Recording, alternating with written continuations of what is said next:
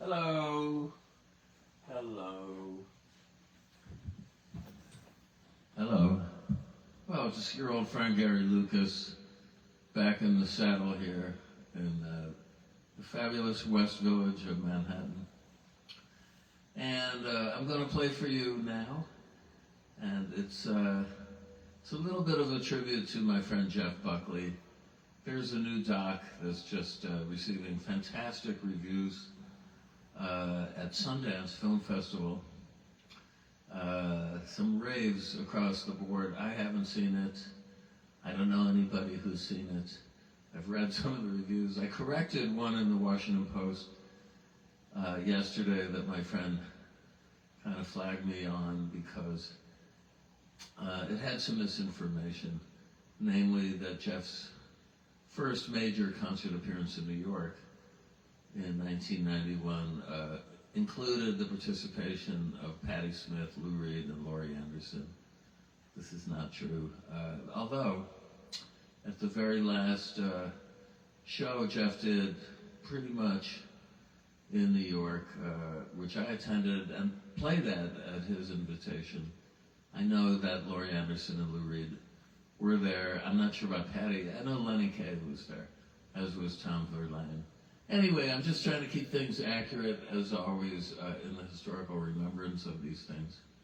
So I want to play here right now a piece I wrote with Jeff, which I think was our epic along the lines of, I guess, Led Zeppelin's Kashmir, insofar as it's a lengthy piece and it goes through several movements. And it's hopefully someday people can hear a recording of the performance at St. Anne's officially from Friday the 13th, 1992.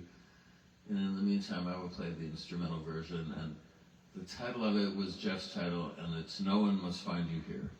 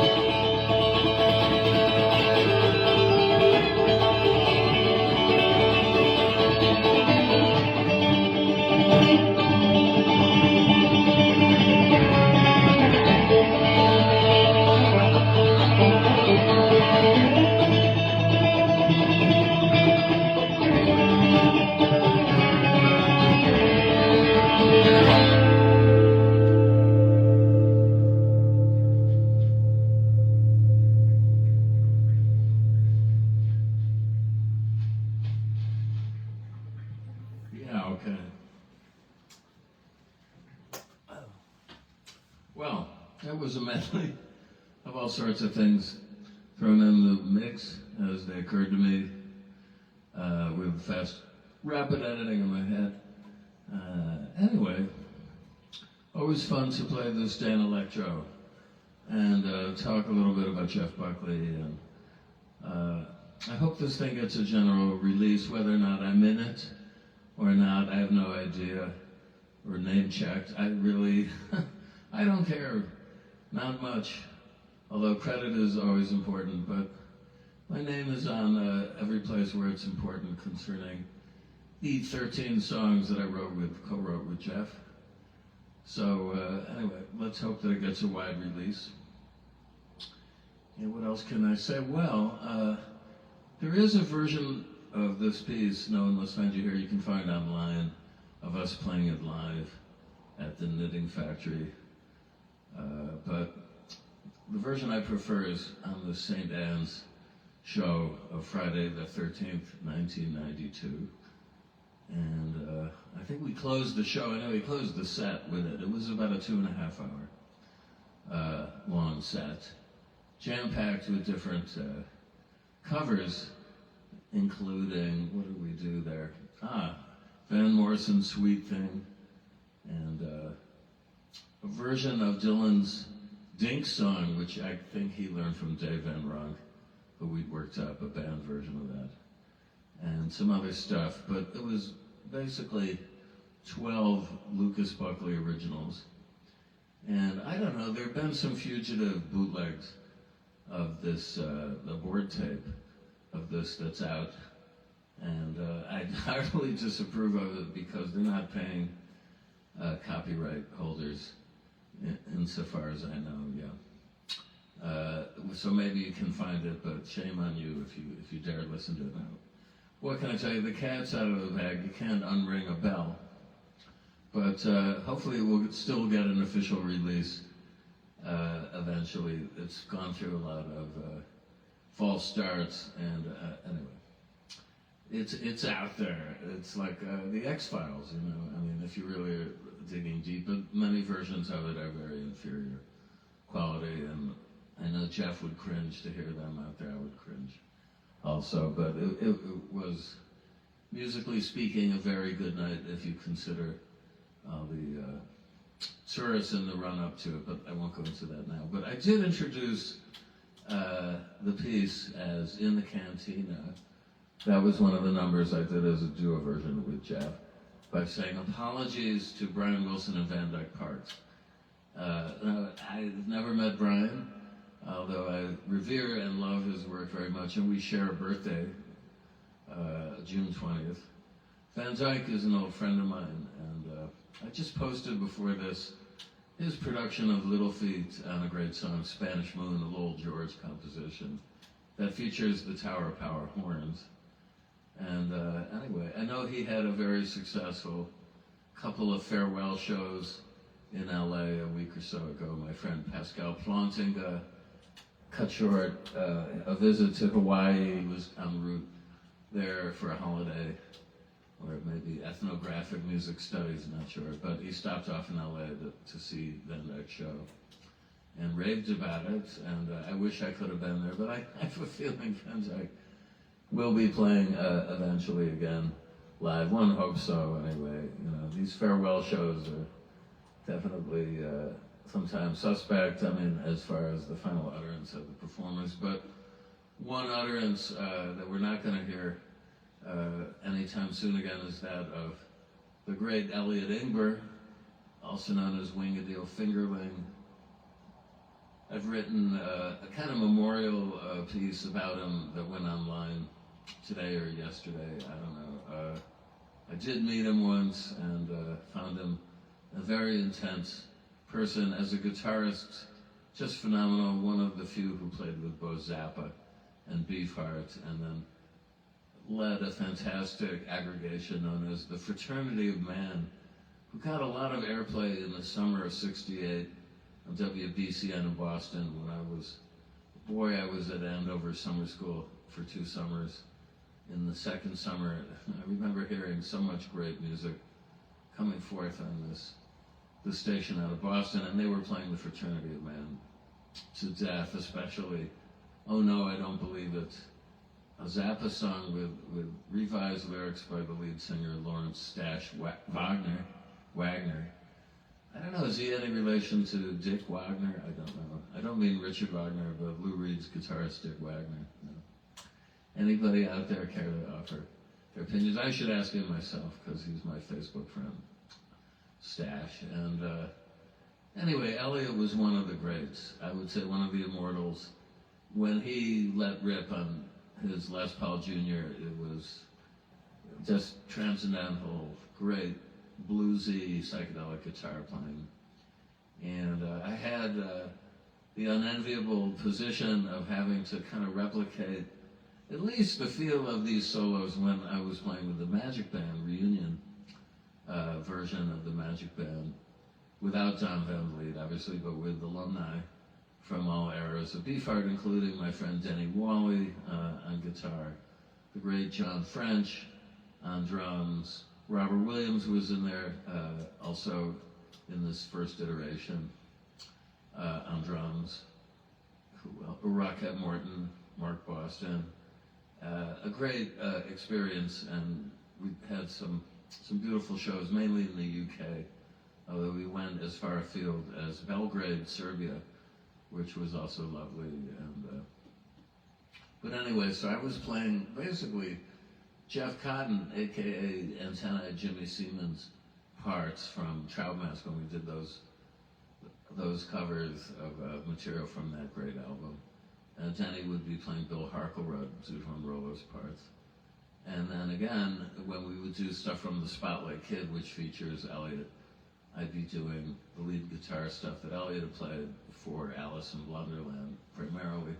Although I believe we may have done a concert version. I know we did a rehearsal of I'm Gonna Booglerize You Baby also, but whether we did ever do any gigs playing that, I don't recall.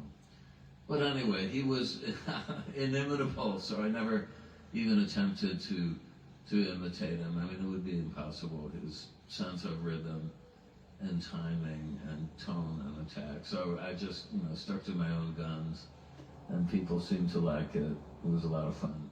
So he's gone. Barry Goldberg is gone. Great Chicago keyboardist who played in the Electric Flag and made 2 Jews Blues album with Mike Bloomfield. He's on the Fraternity of Man's album, uncredited, I just found out. And a myriad number of albums. He's passed. And of course, Garth Hudson, who I had the privilege of hanging with on a late night, very late night, with the Slambovian Circus of Dreams, Tink Lloyd, and Josiah Longo outside Woodstock in this classic American diner. And he lit up when he asked me who I played with, and I mentioned Beefheart, and his eyes lit up. So that was great confirmation, I think, of the status of John Van Vliet among some of the greatest musicians, including Garth Hudson. He should be better known. I'm still out there trying to, tell everybody about the guy's genius. And the good news is more and more people are picking up on it. Maybe not being asked to be in the Rock and Roll Hall of Fame has worked a reverse magic on the legend of John Van Vliet. In any case, I could go on. What else? Oh, the Grammys are on tonight. I think I don't think I'll be watching. But I'll tell you this, I was proud to attend in the year that Joan Osborne was up for a bunch. And our song, co-written with 5 people, I think 5 different writers, Spiderweb from Joan Osborne's Relish album, did receive a Grammy for best, I believe it was vocal performance, rock vocal performance. I gotta check the credit. So I've been there. I played at Music Cares events too, and Chris Cornell was the honoree. So I have nothing against the Grammys per se. I just, can't envision a world where they would let Captain Beefheart in at the table for myself. But maybe they will induct Jeff Buckley into the Rock Hall of Fame. That would be nice. I know they've exhibited some clothing of his here and there. But these institutionalized memorials to rock and roll are kind of self-contradicting in their very nature. So what are we doing? We're going to the 92nd Street Y tonight to see an interview with Adrien Brody, who gives a career best performance in The Brutalist, the Bradley Corbett film, which we happened to see in 70 millimeter on Friday night in preparation for this. I think the performances are spectacular by Adrien, and also Guy Pearce, fantastic, and also the women whose names escape me at the moment, who are the principal, the mother and her niece. Gosh, I'm sorry, no disrespect intended, but there you go. They're not on the tip of my tongue at the moment, but you can look it up. Certainly a film worth seeing, and a long film with an intermission of 15 minutes. I saw it over at the Village East Angelica, which I believe is an old Yiddish theater that was retrofitted into a multiplex, but the main theater, which was, I think, the Yiddish theater, remains. And there's a fantastic Star of David on the ceiling if you look all the way up into the blue Imperial in the cinema. But the sound is so echoic in this place that about 50% of the dialogue was smothered. So I would suggest the people behind exhibition of this film have subtitles all the way through. Now, there's a lot of dialogue in Hungarian, and there's a kerfuffle about the use of AI to improve the accents of, it's about a Hungarian architect in America, played by Adrien Brody. I don't think the AI made any difference, but they have subtitles, of course, for the English translation, but I think they should have English subtitles throughout, because about 50% of the dialogue is smothered in that theater. The same thing happened when we went there to see Oppenheimer. And, okay, well, so that's my usual, controversial bit here. And thank you for tuning in. Always a pleasure. And I'll see you again here really soon. Take care.